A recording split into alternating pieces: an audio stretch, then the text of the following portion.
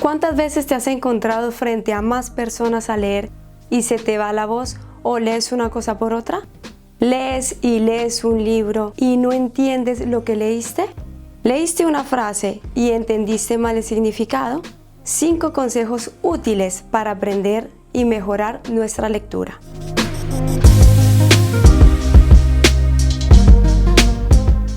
Hola, me llamo Joana y hoy hablaremos de un argumento que a la mayor parte de nosotros nos ha puesto en dificultad: leer, sobre todo si de frente a un público. Me he dado cuenta cuánto es importante leer bien. Es más, es el único modo para entender lo que estamos leyendo. Ya desde pequeños nos encontramos con esta necesidad. Mis hijos, que lo son en diferentes ocasiones, me han dicho que no entienden las tareas. Cuando les pido el favor de leer la consigna que le han dado, la leen mal. De consecuencia, no la entiende o la desarrollan mal. Saber leer es súper importante. Por eso vamos a empezar con algunas técnicas. Empezamos con el primer punto. Primero que todo debemos leer bien, exactamente lo que está escrito en el texto, sin omitir palabras, sin cambiar un término por otro, o pronunciar las palabras de modo o en modo incorrecto. Para poder hacer esto, tómate el tiempo necesario, lee más veces posible el texto y las primeras veces lee con calma, tratando de entender lo que está escrito y no simplemente la frase o la palabra, sino tener presente todo el sentido del texto. Una cosa súper importante son los signos de puntuación y los señas gráficos. Estos dan el sentido a la frase y el significado. Si lees todo de recorrido sin parar y respetar estos signos, además que tú mismo no entenderás, también aquellos que te están escuchando no van a entender qué cosa dijiste o entenderán una cosa por otra. Acordémonos un poquito estas reglas gramaticales. Empezamos por el punto. Un punto señala una pausa larga.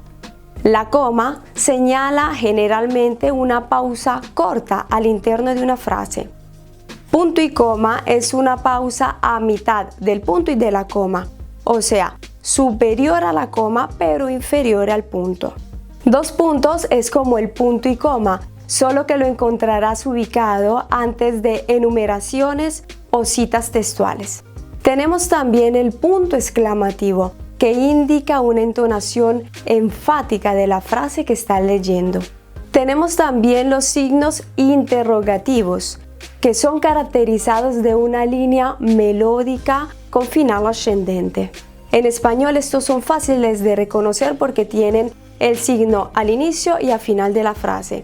En otros idiomas como en italiano lo encontrarás solo al final de la frase, así que fíjate bien anticipando un poco cómo va a finir.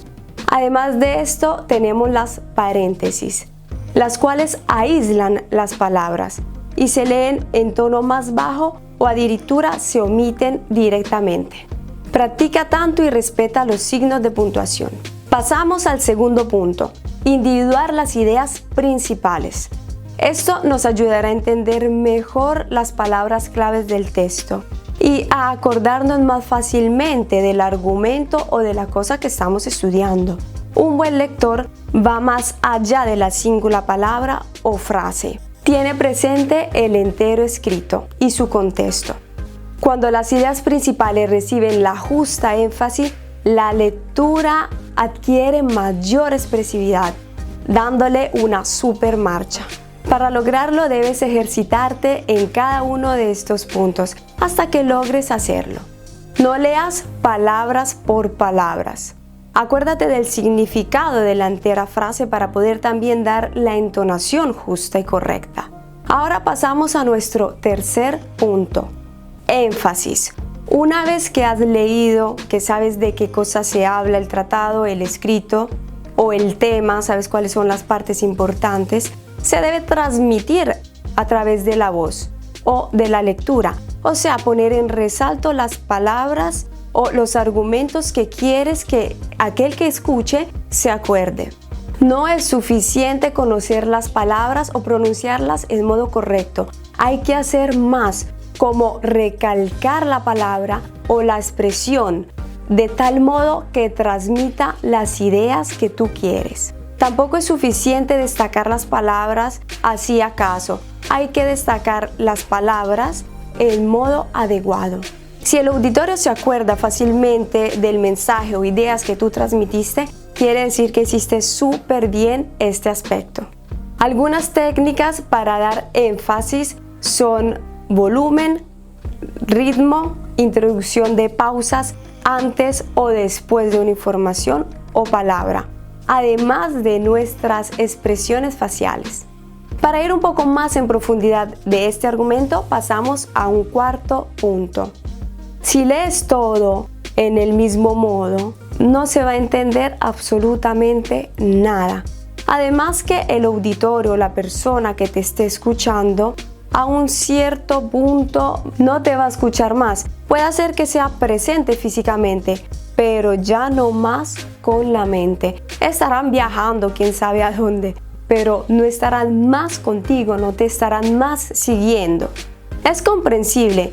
A nosotros que nos gusta la música, no nos gustaría nunca escuchar la misma canción con la misma tonalidad, con el mismo ritmo, sin variar absolutamente nada.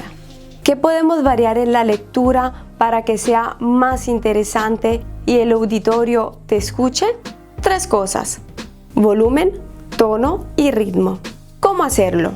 El volumen, debes elevar la voz en los puntos salientes. Si estás leyendo una sentencia, debes levantar tu voz. Eso sí, ten cuidado a no hacerlo en modo exagerado o continuamente dando resalto a demasiadas palabras. Y puede resultar fastidioso. Y si levanta la voz muy alto, el auditorio puede pensar que lo esté regañando.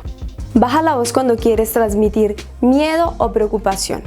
Tono de voz. Variando el tono de voz puedes transmitir diferentes cosas. Por ejemplo, usa un tono de voz agudo si quieres transmitir alegría. Diferentemente, usa un tono de voz bajo para expresar tristeza o preocupación. Por último, aprende a variar el ritmo. Habla más rápido si deseas transmitir entusiasmo o suscitar agitación, pero no tanto de enredarte o saltar palabras o resultar incomprensible al auditorio. Y habla más despacio si vas a mencionar, por ejemplo, un punto importante. No cambies bruscamente el ritmo de la voz o podrás también asustar a aquellos que te están escuchando. Por último, tenemos el quinto punto, o sea, mejorar la calidad de la voz. Para poder mejorar este aspecto es importante relajar los músculos tensos y gestir la respiración. A las personas influyen mucho no solo la cosa que dices, sino cómo lo dices. Si una voz es áspera, fría o agradable y cálida, hace la diferencia.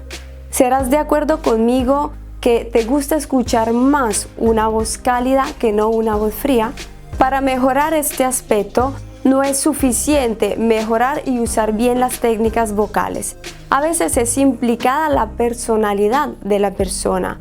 Por eso, aunque si algunas veces no entendemos lo que la otra persona nos está diciendo, entendemos pero sí el modo como habla.